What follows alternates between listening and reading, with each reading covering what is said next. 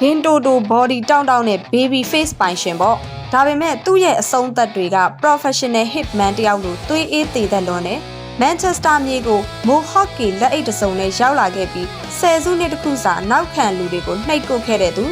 စီမှာအပိုစာတာအလှကွက်တွေဟန်ပြတာတွေမရှိဘူးတကယ်ကိုတိကျလွန်းတဲ့နေရာယူမှုတွေနောက်ခံလူတွေမမြင်နိုင်တဲ့ကွယ်ရာကနေဖြတ်ခနဲပေါ်လာတဲ့အရေးအသွေးတွေနဲ့သူ့ကိုနေရာအနှဲငယ်လောက်ပေးမိလိုက်တာနဲ့၅ပါးမှောက်ပြီးပဲဂိုးသမားတွေအနေထားမပြင်ရသေးခင်မှာတင်သူကကန်သွင်းပြီးသားဖြစ်နေပြီခြေလန်းအများကြီးပြင်နေစရာမလိုဘူးခြေပြားလေးခတ်လိုက်ရုံနဲ့ဂိုးဝင်သွားပြီပဲနောက်ခံလူတွေကသူ့ကိုအသိမုန်းကြတယ်ခန္ဓာကိုယ်တောင်တင်းခိုင်မာတယ်လို့ဘောလုံးကျမဲ့နေရာကိုလည်းဘလို့သိနေလဲမသိဘူးအမြဲရောက်နေတယ်ပြီးတော့သူ့ရဲ့အကြီးကျယ်ဆုံးအခိုက်အတန့်နောက်ဆုံးအချိန်ကို63မိနစ်ဖလားရဖို့အဆုံးအဖြတ်အချိန်ဝင်းလုံးကျွယူသွတ်သွားစေခဲ့တဲ့အဲ့ဒီဂိုးပေါ့ပရီးမီးယားလိသမိုင်းရဲ့အမှတ်ရစရာအကောင်းဆုံးဂိုးကိုသူသွင်းပြခဲ့တာလေပရီးမီးယားလိရဲ့ peak အချိန်တွေကိုပြပါဆိုရင်စာဂျီရိုအဂရဲရိုကလည်းမဖြစ်ပါပဲဥပင်မဲ့တန်နဲ့တွတ်တယ်ပြီးတော့ပရီးမီးယားလိသမိုင်းမှာအန်နီယန်ရှိဆုံးတိုက်စစ်မှုတွေကစောက်ရမ်းကျန်းတဲ့တယောက်ပေါ့